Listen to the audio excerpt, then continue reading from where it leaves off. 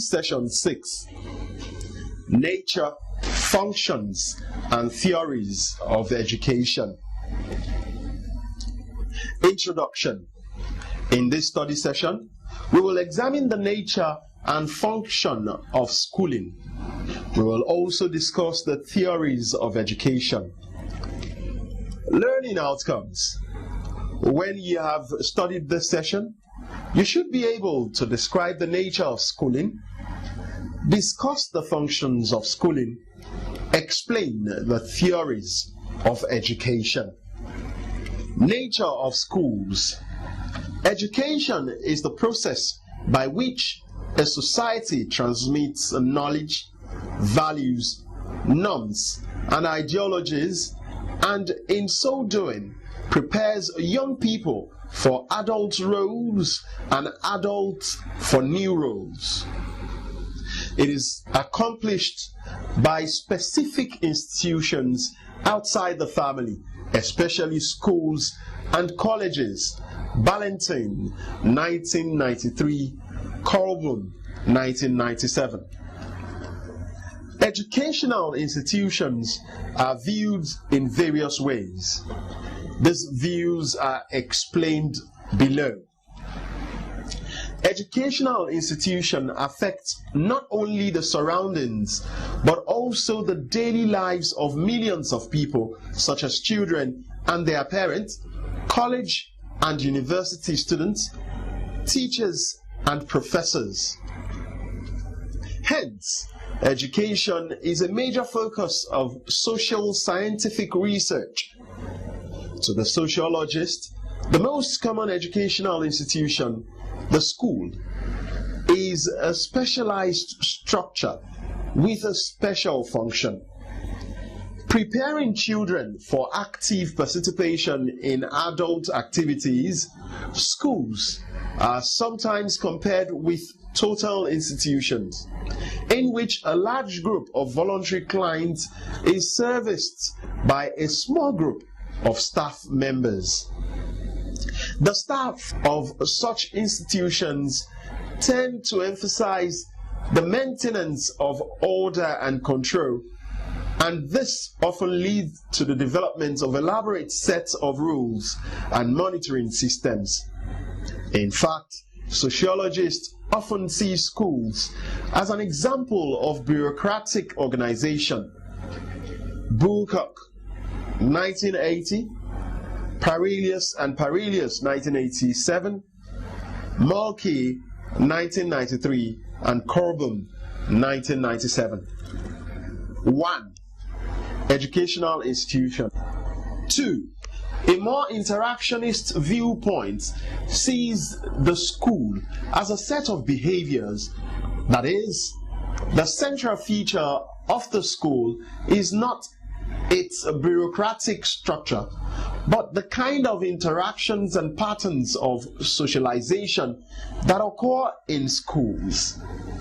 The basic feature of schools is the behavior of a large number of actors organized into groups that are joined together by an authority structure and by a network of relationships through which information, resources, and partially finished project flows from one group to another.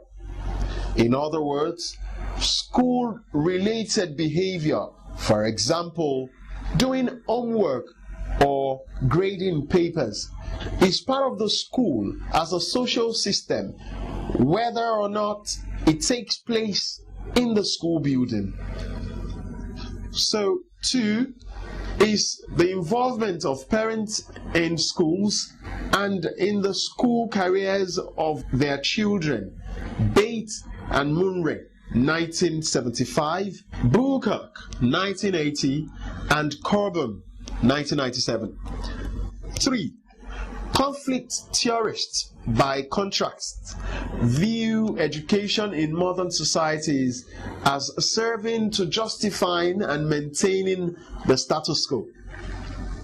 For example, education was not about equality but inequality, and could be achieved only by preparing most kids for an unequal future, but by aspiring their personal underdevelopment.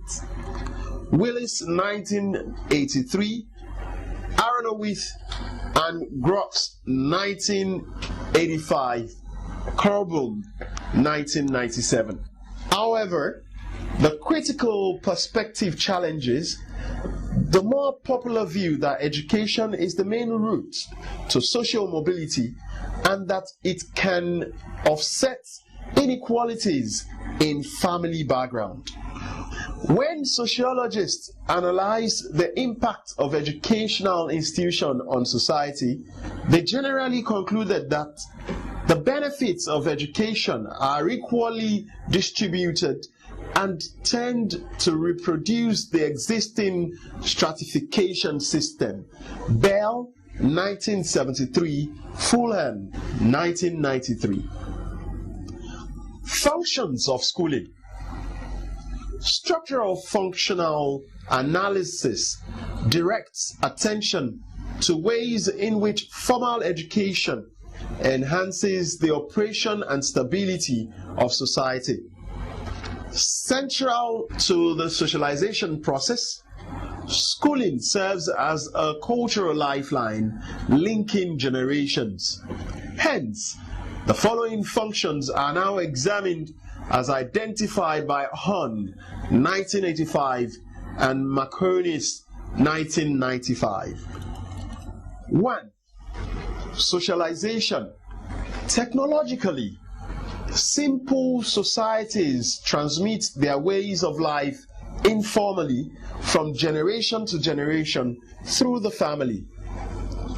As societies become more complex technologically, however, kin can no longer stay abreast of rapidly expanding information and skills.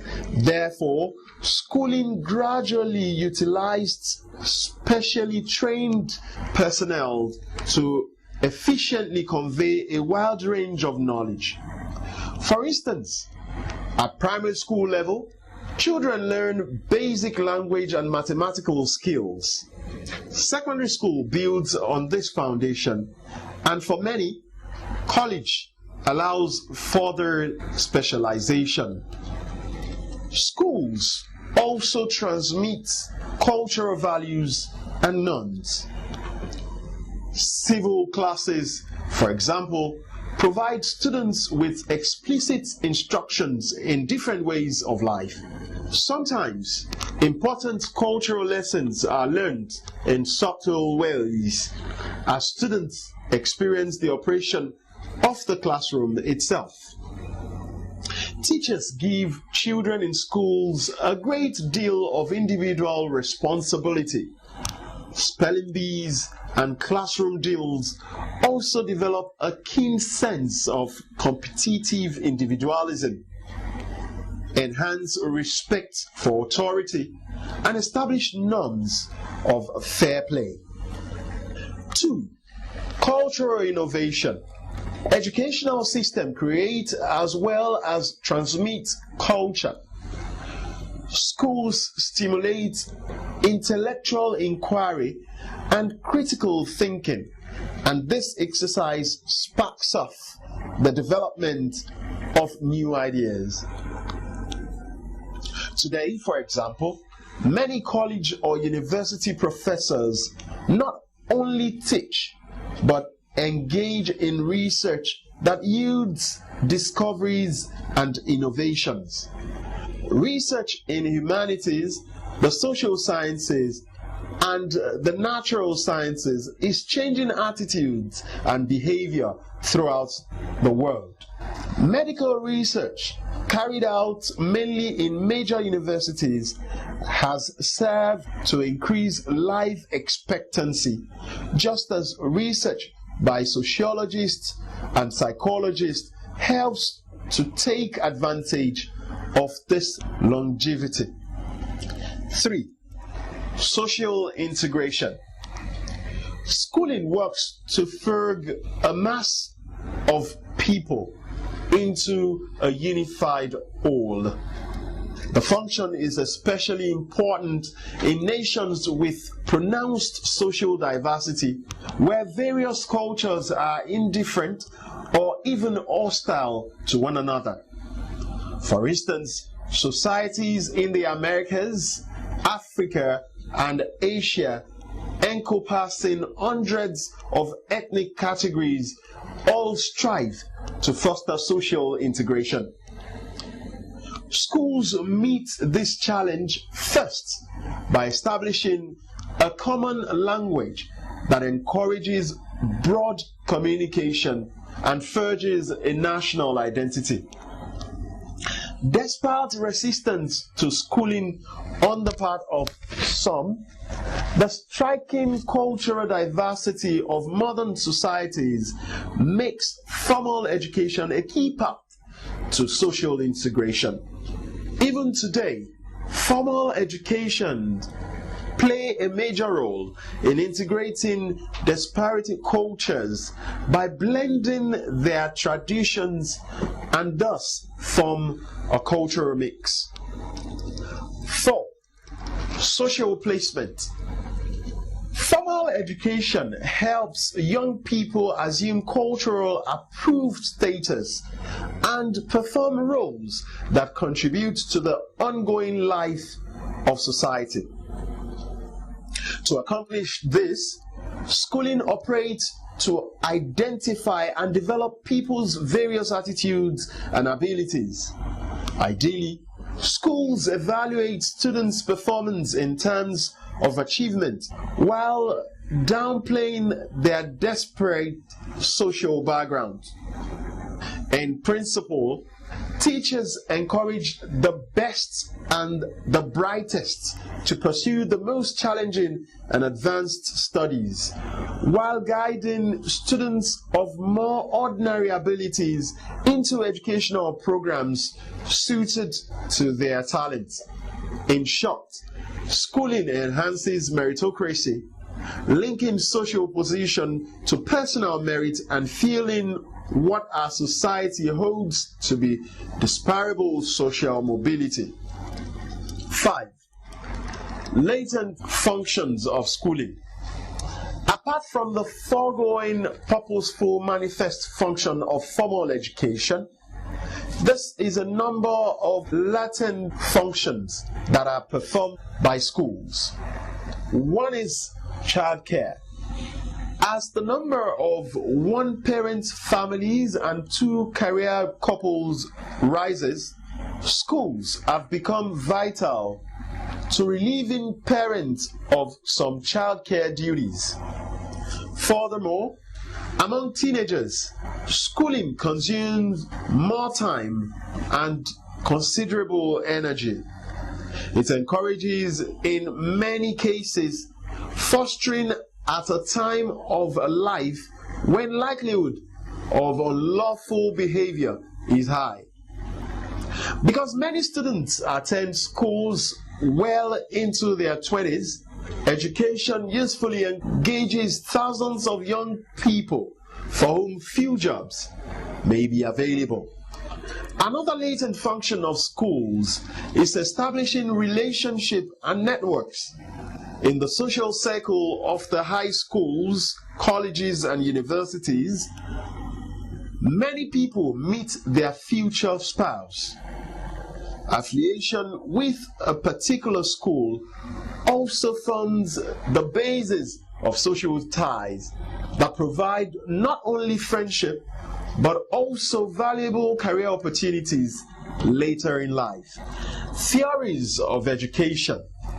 Education has become a vast and complex social institution throughout the world.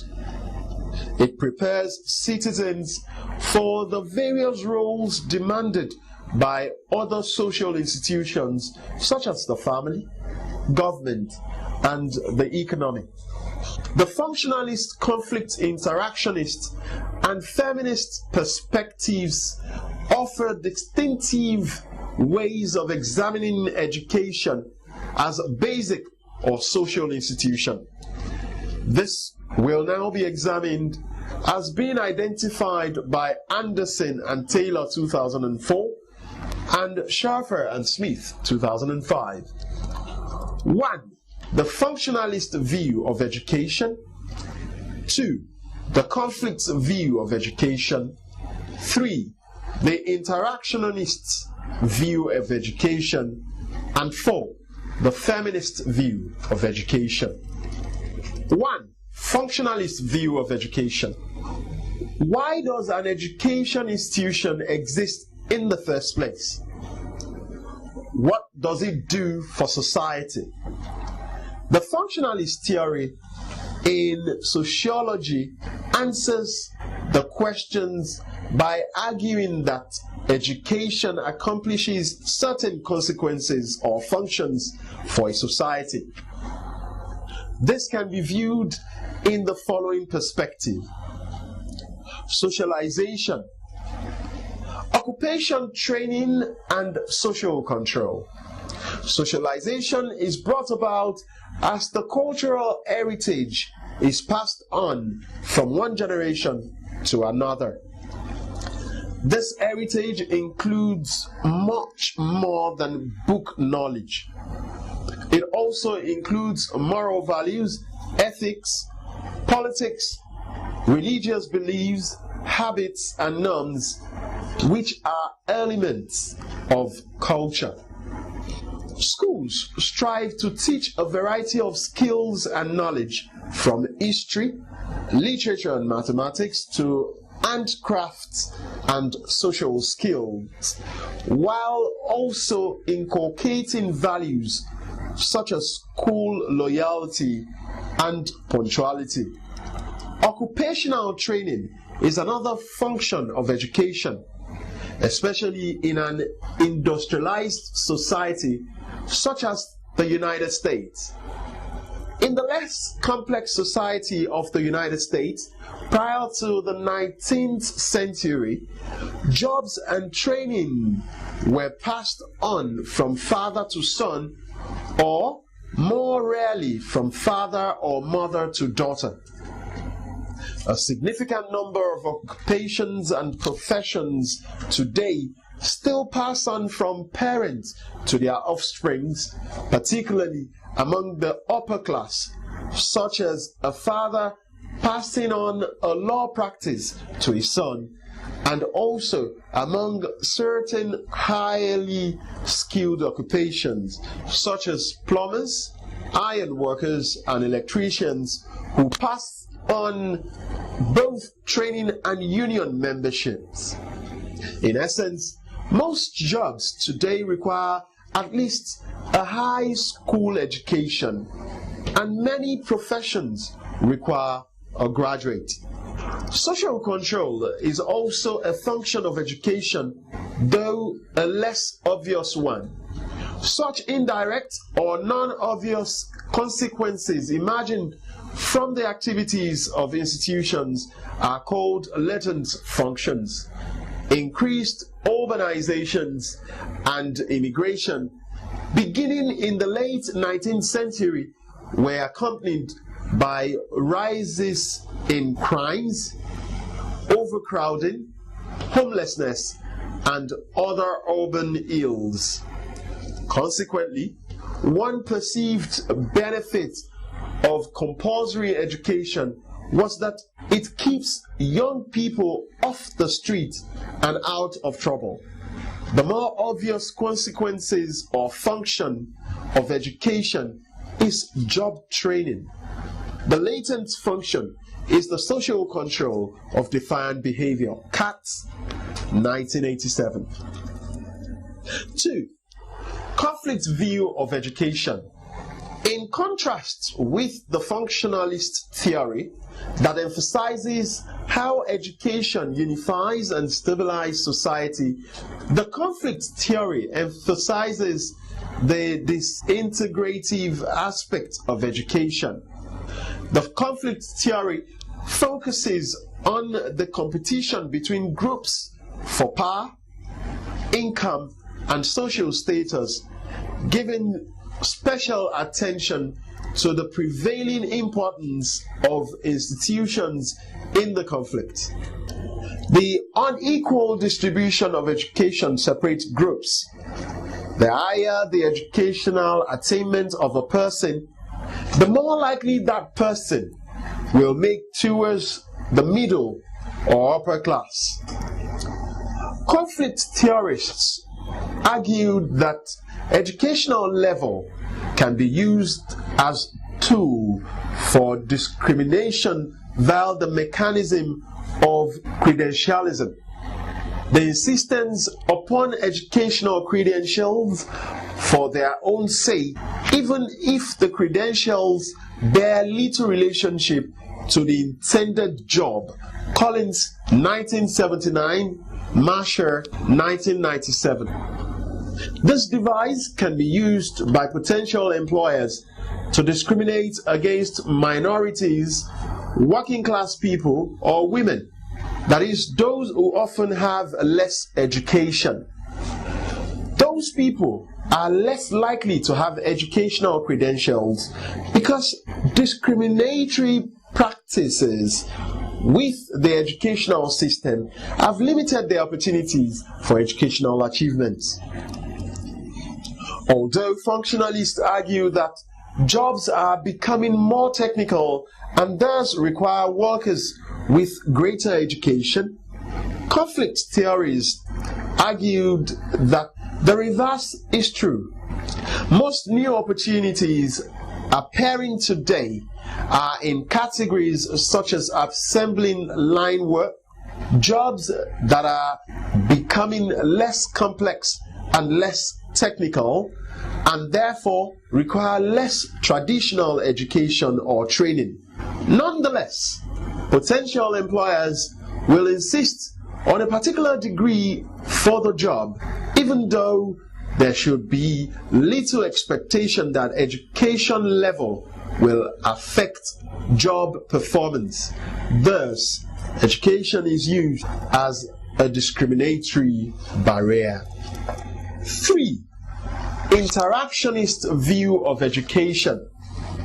Symbolic interaction focuses on what arises from the operation of the interaction process during the schooling experience. Through interaction between the students and the teacher, certain expectations arise on the part of both. As a result, the teacher begins to expect or anticipate certain behaviors, good or bad, from the students. Therefore, the operation of the expectancy effect, the expectation a teacher has for a student, can create the very behavior in question. Thus, the behavior is caused by the expectation instead of being simply anticipated by it.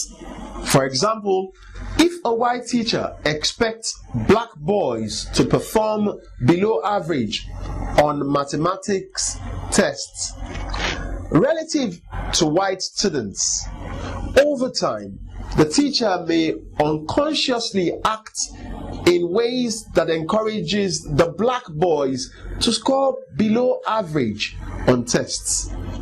The teacher might provoke increased stress among blacks, thus increasing test anxieties, resulting in decreased performance. Therefore, teachers' expectation can affect actual test performance in addition to the effect of students' attitude or abilities. However, further studies are needed to clarify the relationship between teachers' expectations and actual students' performance. Nevertheless, interactionists emphasize that ability alone may not be so completely predictive of academic success as one might think.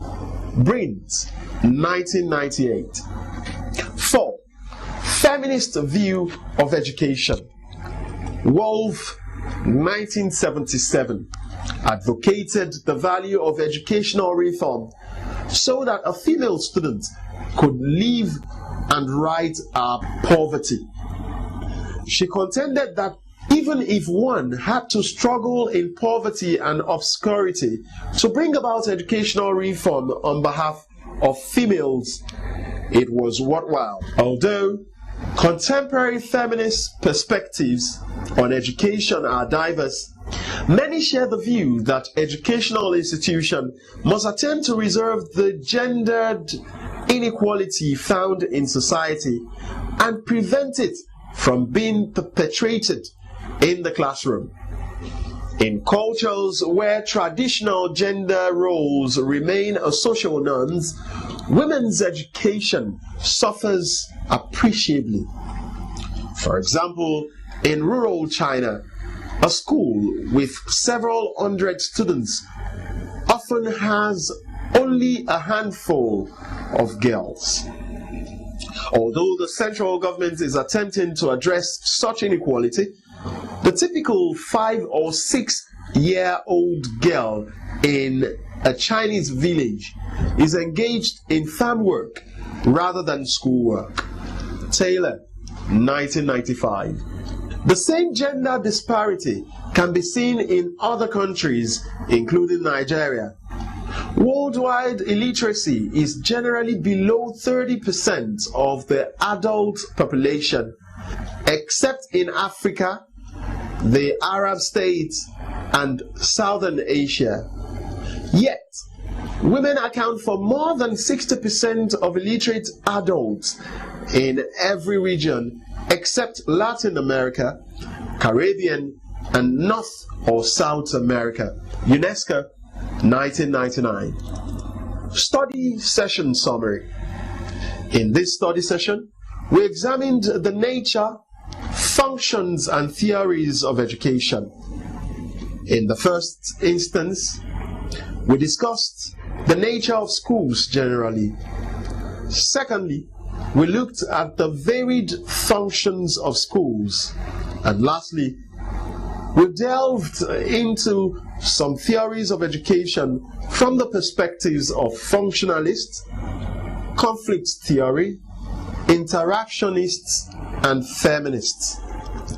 That ends study session 6. Thanks for listening.